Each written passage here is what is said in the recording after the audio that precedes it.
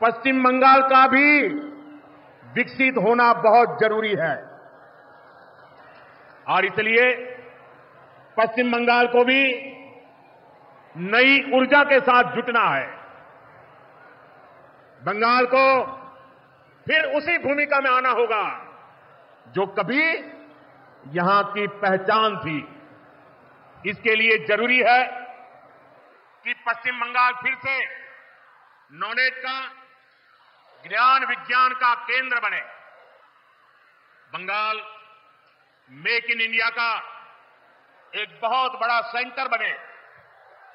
बंगाल देश में port lead development को गति दे। बंगाल अपनी विरासत पर गर्व करते हुए, उसे संरक्षित करते हुए तेज गति से आगे बढ़े।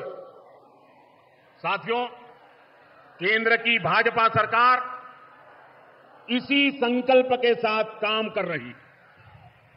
भाजपा पूर्वोदय की नीति पर चल रही है।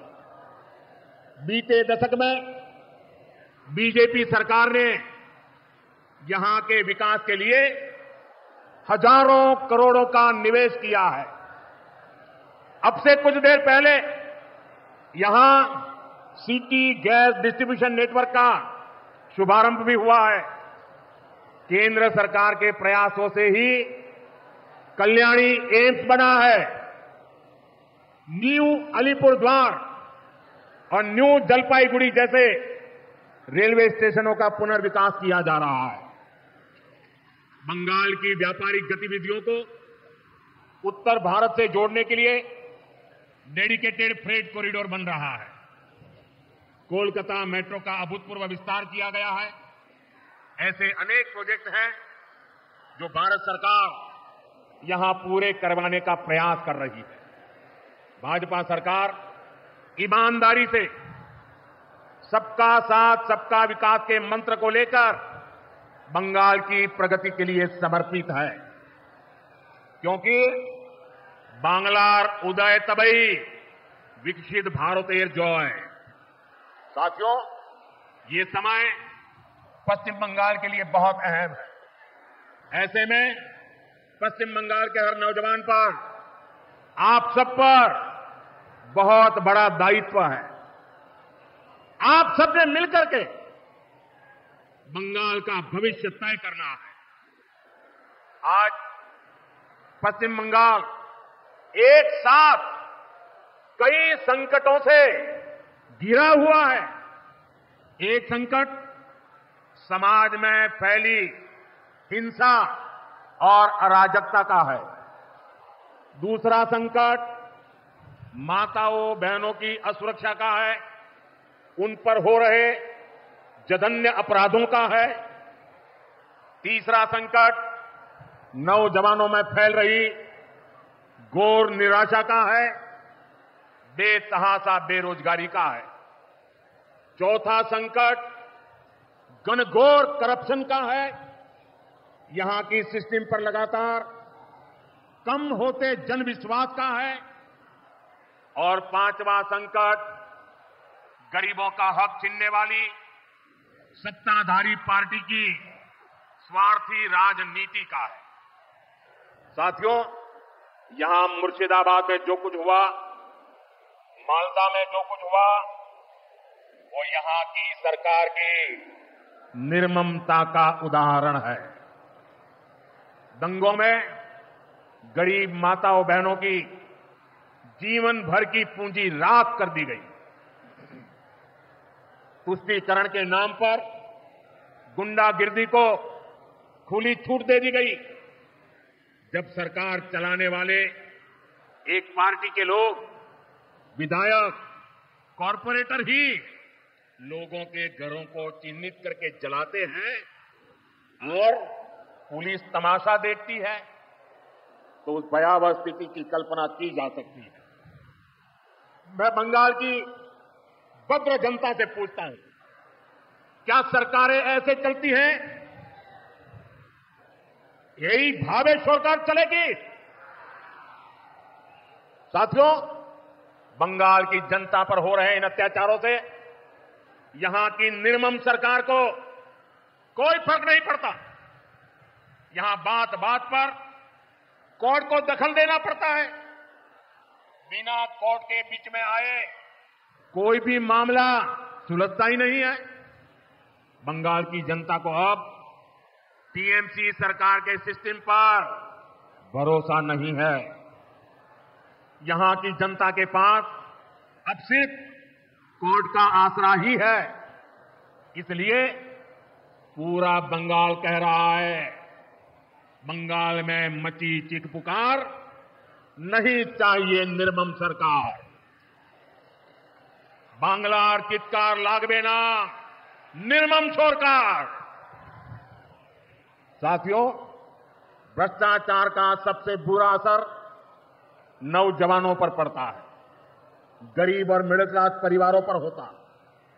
भ्रष्टाचार कैसे चारों तरफ बर्बादी लाता है, ये हमने टीचर भर्ती घोटाले में देखा है। टीएमसी सरकार ने अपने शासनकाल में हजारों टीचर्स का फ्यूचर बर्बाद कर दिया, उनके परिवारों को तबाह कर दिया, उनके बच्चों को असहाय छोड़ दिया।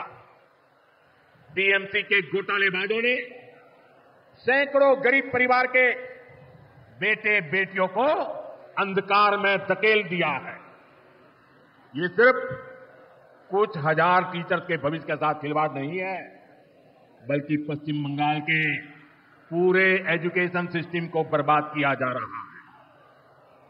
टीचर्स के अभाव में लाखों बच्चों का भविष्य दांव पर है। इतना बड़ा पाप टीएमसी के नेताओं ने किया है। हद तो यह है कि ये लोग आज भी अपनी गलती मानने को तैयार नहीं है। उल्टा देश की अदालत को, न्यायपालिका को, कोर्ट को दोषी ठहराते हैं। साथियों, टीएमसी ने चाय बागान में काम करने वाले साथियों को भी नहीं छोड़ा है। यहां सरकार की कुनीतियों के कारण टी गार्डन लगातार बंद होते जा रहे हैं। मजदूरों के हाथ से काम निकलता चला जा रहा है। यहां पीएफ को लेकर जो कुछ भी हुआ वो बहुत शर्मनाक है। ये गरीब मेहनतकश लोगों की कमाई, उस पर डाका डाला जा रहा है। टीएमसी सरकार इसके दोषी लोगों को बचाने की कोशिश कर रही है। और मैं बंगाल के मेरे भाई बहन आपको विश्वास दिलाने आया हूं, भाजपा ये नहीं होने देगी।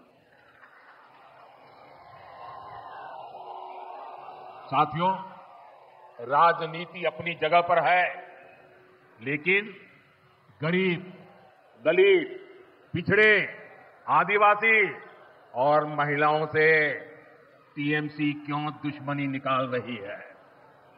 पश्चिम बंगाल के गरीब, एससी, एसटी, ओबीसी के लिए जो भी योजनाएं देश में चल रही है, उनमें से बहुत सारी योजनाएं यहां लागू ही नहीं होने दी जा रही है। पूरे देश में करोड़ों लोगों को आयुष्मान योजना के तहत मुफ्त इलाज मिल चुका है, लेकिन मुझे दुख के साथ कहना पड़ रहा है, इसका फायदा पश्चिम बंगाल के मेरे भाई बहनों को नहीं मिल रहा। पश्चिम बंगाल का कोई साथी अगर दिल्ली, बेंगलुरु, चेन्नई गया है, उसको वहां मुफ्त इलाज नहीं मिल पाता, क्योंकि निर्मम सरकार ने बंगाल के अपने लोगों को आयुष्मान कार्ड देने ही नहीं दिया। आज देश भर में 70 वर्ष से ऊपर के बुजुर्गों को 5 लाख रुपए तक मुफ्त इलाज की सुविधा मिल रही है। मैं तो चाहता हूं कि पश्चिम बंगाल में भी 70 वर्ष से ऊपर के सभी बुजुर्गों को मुफ्त इलाज की सुविधा मिले, लेकिन टीएमसी सरकार ये नहीं करने दे रही है। केंद्र की बीजेपी सरकार देश भर में गरीब परिवारों को पक्के घर बनाकर दे रही है, लेकिन पश्चिम बंगाल में लाखों परिवारों का घर नहीं बन पा रहा है, क्योंकि टीएमसी के लोग इसमें भी गरीब के पास से कट और कमीशन की मांग कर रहे हैं।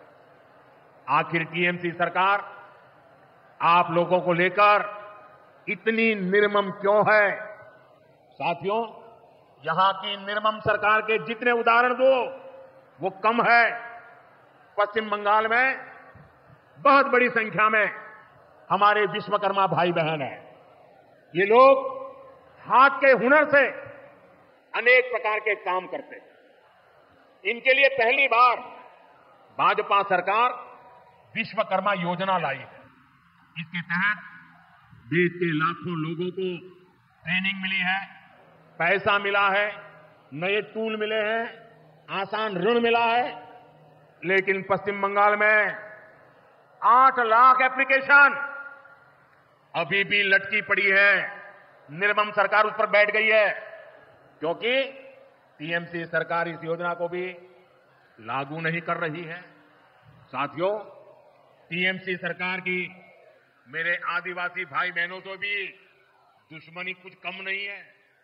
देश में पहली बार जनजातियों में भी सबसे पिछड़ी जनजातियों के लिए पीएम जनमन योजना बनाई गई है। पश्चिम बंगाल में बहुत बड़ा आदिवासी समाज है। टीएमसी सरकार गरीब आदिवासियों का विकास भी नहीं होने दे रही है। उसने पीएम जनमन योजना को यहां लागू नहीं किया। टीएमसी हमारे आदिवासी समाज को भी वंचित ही रखना चाहती है। साथियों, टीएमसी को आदिवासी समाज के सम्मान की परवाह नहीं है। 2022 में जब एनडीए ने एक आदिवासी महिला को राष्ट्रपति उम्मीदवार बनाया तो सबसे पहले विरोध करने वाली पार्टी टीएमसी थी। बंगाल के आदिवासी इलाकों की उपेक्षा भी यही दिखाती है कि इन्हीं आदिवासी समाज से टीएमसी वालों को कोई लगाव नहीं है, कोई लेना देना नहीं। साथियों, कुछ दिन पहले दिल्ली में नीति आयोग की गवर्निंग काउंसिल की बहुत महत्वपूर्ण बैठक हुई। यह एक अहम मंच होता है जहां देश भर के मुख्यमंत्री मिलकर विकास पर चर्चा करते हैं। लेकिन अफसोस की बात है कि इस बार बंगाल सरकार इस बैठक में मौजूद ही नहीं रही। दूसरे गैर भाजपा शासित राज्य आए, सभी दल के नेता आए, हमने साथ बैठकर चर्चा की। लेकिन टीएमसी को तो सिर्फ और सिर्फ 24 घंटा पॉलिटिक्स करना है और कुछ करना ही नहीं है। पश्चिम बंगाल का विकास, देश की प्रगति उनकी प्राथमिकता में है ही नहीं। साथियों, केंद्र सरकार की जिन योजनाओं को यहां लागू किया भी गया है उनको पूरा नहीं किया जा रहा। पीएम ग्राम सड़क योजना के तहत पश्चिम बंगाल के गांवों के लिए 4000 किलोमीटर की सड़कें स्वीकृत की गई। इनको पिछले साल तक पूरा हो जाना था। 4000 किलोमीटर तो छोड़िए, यहां 400 किलोमीटर सड़कें भी नहीं बन पाई है। साथियों, इंफ्रास्ट्रक्चर के काम से सुविधाएं भी बनती है और रोजगार भी बनते हैं। लेकिन हालत यह है कि पश्चिम बंगाल में 16 बड़े इंफ्रास्ट्रक्चर प्रोजेक्ट यहां की सरकार अटकाए हुए है। ये 90,000 करोड़ रुपए से अधिक के प्रोजेक्ट हैं। कहीं रेल लाइन आनी थी, रुकी पड़ी है। कहीं मेट्रो बननी थी, रुकी पड़ी है। कहीं हाईवे बनना था, बंद पड़ा है। कहीं अस्पताल बनना था, कोई पूछने वाला नहीं। ऐसे प्रोजेक्ट को ये टीएमसी ने लटका करके रखा है। ये पश्चिम बंगाल के आप लोगों के साथ बहुत बड़ा धोखा है। साथियों, आज जब सिंदूर खेला की इस धरती पर आया हूं तो आतंकवाद को लेकर भारत के नए संकल्प की चर्चा स्वाभाविक है। 22 अप्रैल को पहलगाम में, जम्मू कश्मीर में आतंकियों ने जो बर्बरता की, उसके बाद पश्चिम बंगाल में भी बहुत गुस्सा था। आपके भीतर जो आक्रोश था, आपका जो गुस्सा था, उसको मैं भली भांति समझता था। आतंकवादियों ने हमारी बहनों का सिंदूर मिटाने का दुस्साहस किया। हमारी सेना ने उनको सिंदूर की शक्ति का एहसास करा दिया।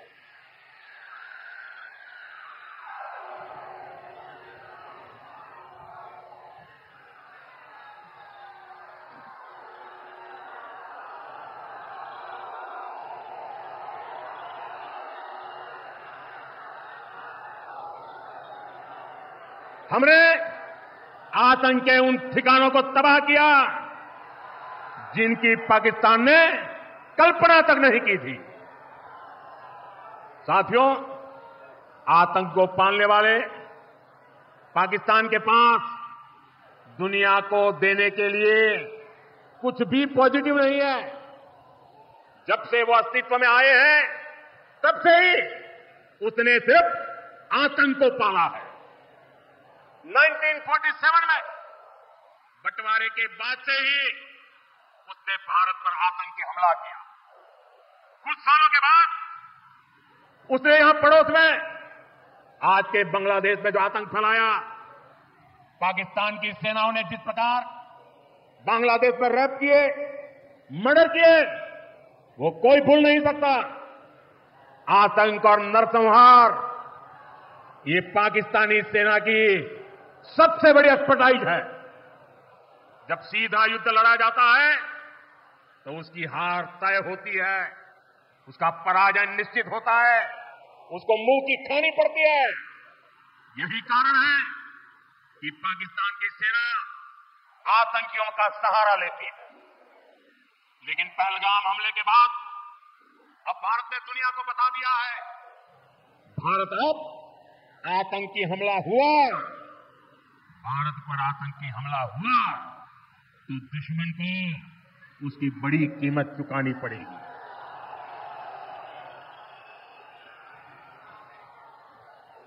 और पाकिस्तान समझ ले, 3 बार घर में घुस करके मारा है तुम्हें।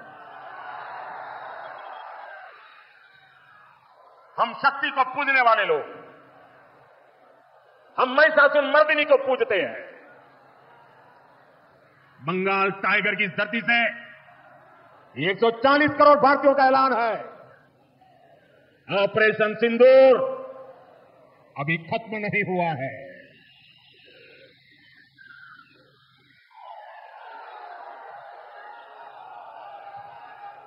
साथियों, पश्चिम बंगाल को अब हिंसा की, तुष्टीकरण की, दंगों की, महिला अत्याचार की, घोटालों की राजनीति से मुक्ति चाहिए।